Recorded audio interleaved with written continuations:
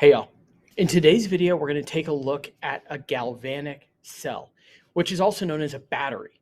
We're going to learn how to build it, what are its essential components, and we're going to talk a little bit about how it functions. Let's go ahead and get started.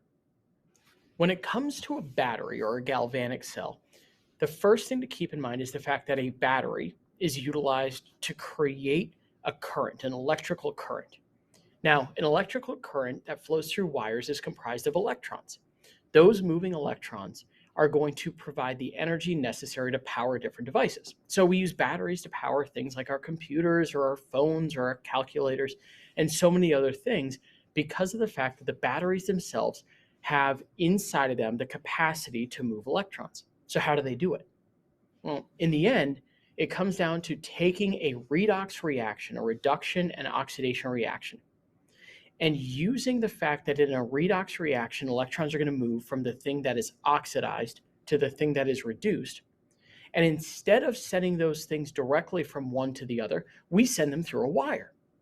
So as those electrons are going to move through the wire from the thing that's being oxidized to the thing that's being reduced, we can harness that power. And when we harness that power, we can then use it. That's what a battery is it's the capacity to move electrons using a redox reaction. In order to create a battery this way, though, what we do is we take those two half reactions, like we talked about in the last video as we reviewed, and we separate them. We separate them into half cells. So on one side, we have the entirety of the reduction half reaction. And on the other side, we have the entirety of the oxidation half reaction. Now, this is important. When we separate them, they are not necessarily coming into contact with each other directly. The only things that are going to connect them are going to be something called a salt bridge and the wire. We're going to talk about the salt bridge here in a little bit. A battery or galvanic cell is going to harness a spontaneous chemical reaction, a spontaneous reduction and oxidation process in order to perform a task. So the first part of the battery are those two half cells. One of those half cells represents the anode, the other represents the cathode. Now there's a very easy way to remember which one's the anode and which one's the cathode, and that's a mnemonic device. An-ox, red cat. Anode is oxidation, cathode is reduction. Okay, so an-ox, red cat. So that's our mnemonic for remembering anode and cathode. The other thing to keep in mind here is as this reaction is going to take place, that solid metal, that electrode that we're using is going to start to oxidize. And if it's a metal, that means it's going to turn into its ionic components. And if it turns onto its ionic components, it's going to dissolve. So one thing to keep in mind is that the anode is going to lose mass over time as the reaction proceeds, as the reaction continues. Those metal atoms, those nuclei that have a lot of mass, are going to go into the solution. So the mass of the electrode ends up in the solution. The electrons that are leaving that metal are then going to travel through the wire between the anode and then the cathode. So let's talk about the cathode. The cathode is where reduction is going to occur. Electrons are going to be gained by ions that are in the solution of the cathode. Those ions are then going to plate or reduce onto the electrode itself. So where the reaction is going to occur is actually at the surface of the electrode. So ions in the solution are going to attach to the electrode as they gain electrons. When they reduce, when they plate out, what's going to happen is that cathode electrode is going to gain mass. The way you can think about this is the red cat gets fat. The cathode, where reduction is occurring, is going to gain mass over time as the reaction progresses. That mass is coming from the actual ions, the nuclei, those heavy ions going into solid form as they gain electrons. The mass, just as a heads up, is not as a result of electrons. All right, electrons weigh next to nothing compared to the nuclei we're talking about. And so gaining or losing electrons is not what's changing the mass. It's adding or removing actual atoms from solid form at the anode or to solid form at the cathode. One thing to be aware of is that anodes and cathodes, although normally made of the metals that they are in the half reaction for don't necessarily have to be. So for instance, if I have a cathode where metal ions are being reduced into solid form, that electrode might not actually need to be made of the metal because that solid metal is not actually a part of the reaction as a reactant, it's a product. So maybe instead at the cathode, I have a graphite rod, which is conductive to electrons. However, it will not participate in the reaction itself. That is known as an inert electrode, an electrode that doesn't actually participate in the reaction itself. So if you look at your redox reaction and realize that the solid form is not actually a part of the reaction, that electrode may be inert. It may not be an actual made of that metal itself.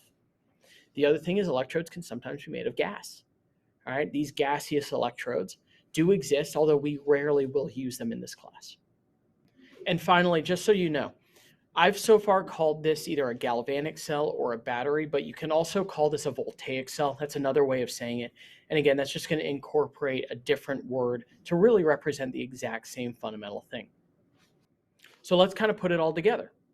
Here's a diagram of a full battery, a full galvanic cell. In this galvanic cell, you can see that we have two half cells. The half cells are each comprised of a solution, comprised of ions, both cations and anions, and an electrode.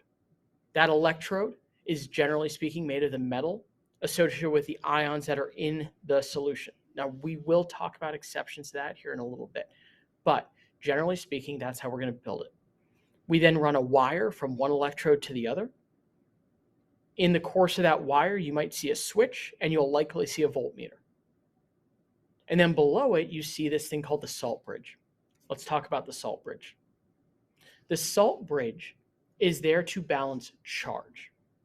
And the salt bridge is comprised of, well, a salt. Generally speaking, we're going to use sodium nitrate or potassium nitrate in our salt bridge because the ions need to be able to be fully soluble with everything. You don't want the ions in your salt bridge to be precipitating out with other things.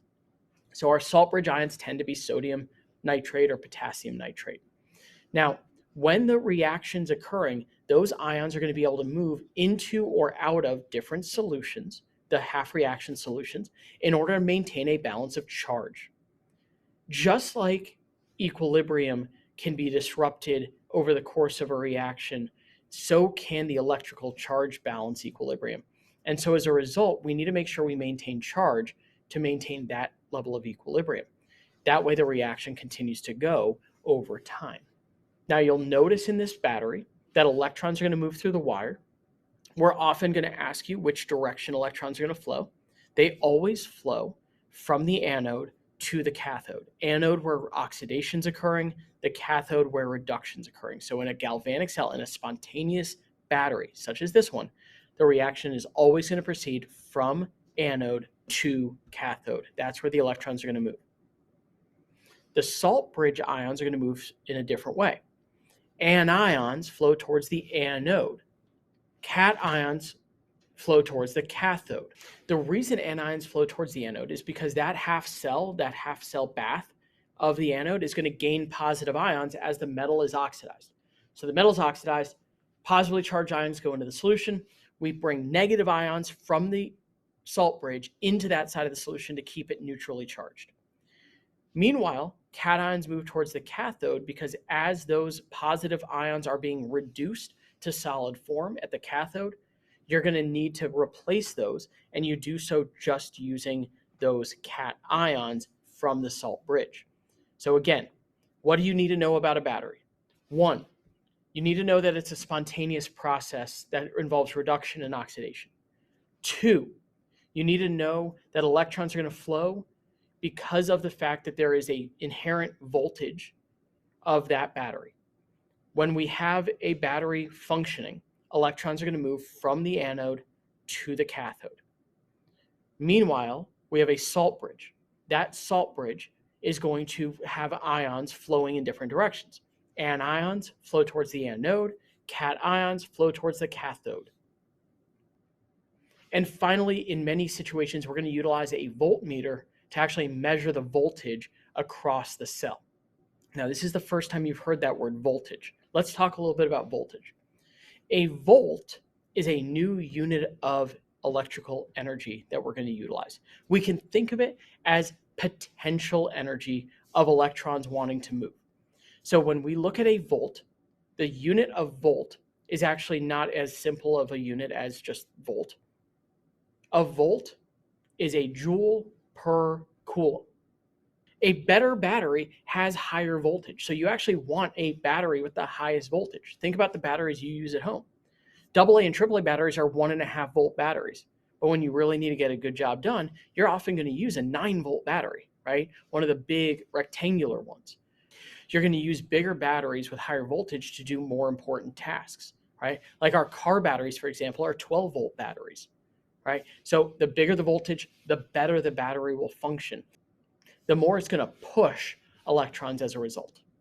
The switch allows you to open or close the circuit. When the switch is closed, electrons can move. When the switch is open, electrons cannot move. So that wraps up today's video. Let's do a quick recap. After today, you should be able to build a battery. Remember, in a battery, you're going to have a whole redox reaction occurring, but you separate each half reaction into different components. One half reaction becomes the anode, where oxidation is going to occur. It's going to comprise of a metal electrode and ions in that solution comprised of that same metal. Then what you have on the other half is the cathode. The cathode is where reduction is going to occur, and it's going to comprise of a metal electrode, and also you're going to need to have ions of that metal in the solution. Because a battery is going to harness the moving electrons, we need to make sure that we can move electrons through a wire, and we balance the charges using a salt bridge. Without a salt bridge, the battery won't function. Its voltage would be 0. Remember, volt, which is a new unit, is going to talk about the potential energy of moving electrons across that wire.